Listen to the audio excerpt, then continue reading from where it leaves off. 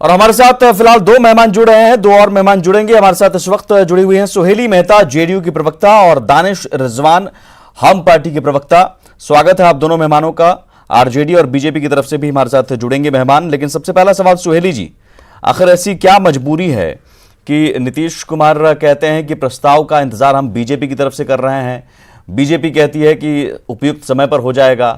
पेच फंसा कहां है मंत्रिमंडल विस्तार को लेकर? देखिए, कहीं कोई मजबूरी नहीं है, कहीं भी कुछ फंसा नहीं है। ये 15 दिसंबर का बयान है। उस समय तुरंत मंत्रिमंडल का गठन हुआ था और उसके बाद विस्तार की बात थी।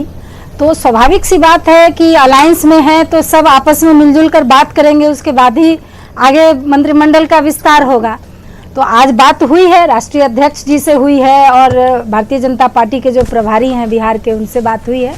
बात निश्चित रूप से उसका निष्कर्ष निकलेगा। मंत्रिमंडल विस्तार पर बात हुई है और किसी भी चीज पे बात हो सकती है। मंत्रिमंडल आपने कहा कि बात हुई है आज मंत्रिमंडल विस्तार पर ही। एनडीए गठबंधन नहीं, हम तो कह रहे हैं कि बात हुई है। अब आगे क्या होता है ये तो वो दोनों लोग जाने ना, अभी तो हम लोग जानते नहीं है। लेकिन निश्चित रूप से जो बात अभी होनी है तो उसी पर बात हुई होगी, ये हमारा एक अंदाज है। और दूसरा कि या फिर एनडीए गठबंधन को किस तरह से और आगे और अच्छा ये से कैसे चलाया जाए, उस पर बात हुई होगी। अलायंस के नेता हैं, जब भी आते हैं तब भेंट होती है, इसलिए इस पर कोई खास बात नहीं है। नहीं, 2 महीने होने को है। ठीक है, नवल किशोर जी भी हमारे साथ जुड़ गए हैं। स्वागत है नवल किशोर जी। कोई भी काम रुका नहीं हुआ है, सारे काम हो रहे हैं। और अलायंस पार्टी है, अलायंस में 3-4 पार्टियां हैं, सभी आपस में मिल बैठकर बात करेंगे, उसके बाद ही कुछ बात आगे बढ़ेगी और कोई खास बात नहीं। ठीक है नवल किशोर जी, नीतीश जी तो 15 दिसंबर को ही तैयार थे, बीजेपी के प्रस्ताव का इंतजार उन्हें था। आप लोगों ने ही देरी कर दी और आप लोग ही देरी कर रहे हैं मंत्रिमंडल विस्तार में। नहीं, एक्चुअली कोई देर नहीं हुआ है। आप लोग थोड़ा सब्र नहीं करते हैं।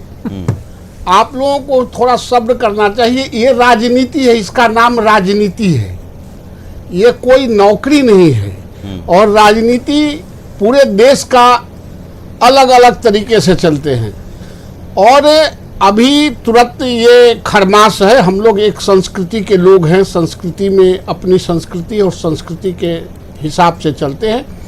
ये कोई परेशानी का सबब नहीं है। सब कुछ ठीक है, ऑल इज वेल था, है और रहेगा सब कुछ। जो आपके के बाद मंत्रिमंडल विस्तार होगा, निश्चित रूप से आपके अंदर जितने जिज्ञासा हैं प्रश्नों का, उन सारे प्रश्नों का खरमास के बाद आपको उत्तर मिल जाएंगे, यह मुझे लगता है। तो क्या खरमास के बाद मंत्रिमंडल विस्तार होना है? इसी उम्मीद में मांझी जी ने एक और मंत्री की मांग कर दी। दानिश रिजवान, देखिए सुमित जी, जब कार्यकर्ताओं की डिमांड होती है, जब हम राष्ट्रीय कार्यकारिणी की बैठक में बैठे हैं और वहाँ निसंदेह अलग अलग राज्य के जो प्रतिनिधि होते हैं, हमारे राज्य के जो प्रतिनिधि होते हैं, वो अपनी अपनी बातों को रखते हैं। उन लोगों ने हमारे राष्ट्रीय अध्यक्ष श्री जीतन राम मांझी जी से अनुरोध किया कि आप माननीय मुख्यमंत्री और हम सबके नेता, बिहार के नेता श्री नीतीश कुमार जी से डिमांड कीजिए कि जनता के काम के लिए, गरीबों के बीच में काम करने के लिए हमें एक मंत्री और एक एमएलसी पद की आवश्यकता है। उन्होंने मांग करी। इसमें प्रेशर की बात कहां से आ गई? प्रेशर की बात तब आती ना जब हम ये करते कि हम इस शर्त के साथ है, कोई प्रेशर वेशर नहीं, मतलब नहीं भी मिलेगा तो चलेगा, शर्त के साथ है। हमने स्पष्ट तरीके से कहा कि ये हमारे राष्ट्रीय अध्यक्ष जी ने स्पष्ट तरीके से कहा है और माननीय मुख्यमंत्री नीतीश कुमार जी से उनकी रेगुलर बातचीत हो रही है, इसमें कहीं से कोई शक नहीं है। मंत्री पद या एमएलसी नहीं भी मिलेगा तो चलेगा।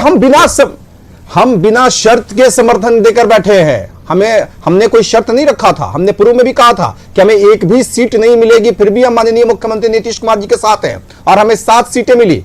हमने कोई उसमें आपने देखा होगा कि किसी तरह का कोई आरोप प्रत्यारोप नहीं लगाया। 4 सीट जीत कर आए, बहुत तरीके का ऑफर मिला, तमाम ऑफर्स को ठुकरा दिया और स्पष्ट तरीके से कहा कि नीतीश कुमार जी के साथ हैं, चाहे जो हो जाए हम इनके साथ हैं और